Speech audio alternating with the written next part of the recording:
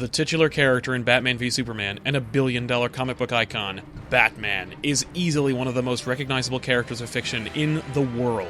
But here's just a few facts you might not yet know about the Caped Crusader himself.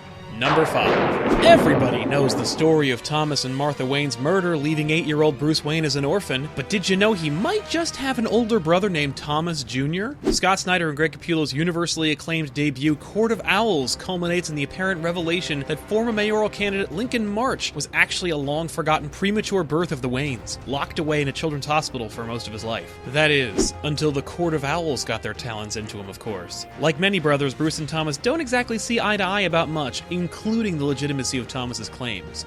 Number 4. Bruce Wayne is a Jersey boy!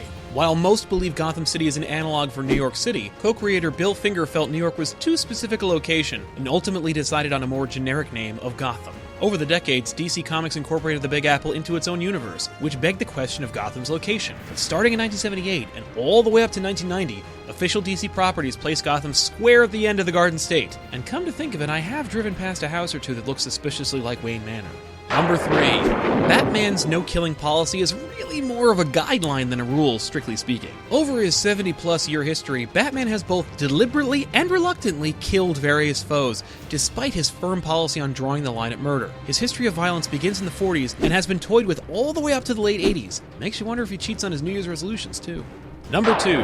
Bruce Wayne the Womanizer was actually a reaction to Dr. Frederick Wortham's indictment of comic books with his book, Seduction of the Innocent. This 1954 book has its own sordid history with comic books, but has an oddly specific interpretation of Batman and his crime-fighting companion, Robin. In the book, Wortham implies Batman and Robin are a gay couple, in one of several desperate attempts to turn children away from comic books. Thankfully, it didn't work, though the book is partly responsible for stigmas associated with comics felt to this day, and helped to usher in the dreaded Comics Code. Ugh.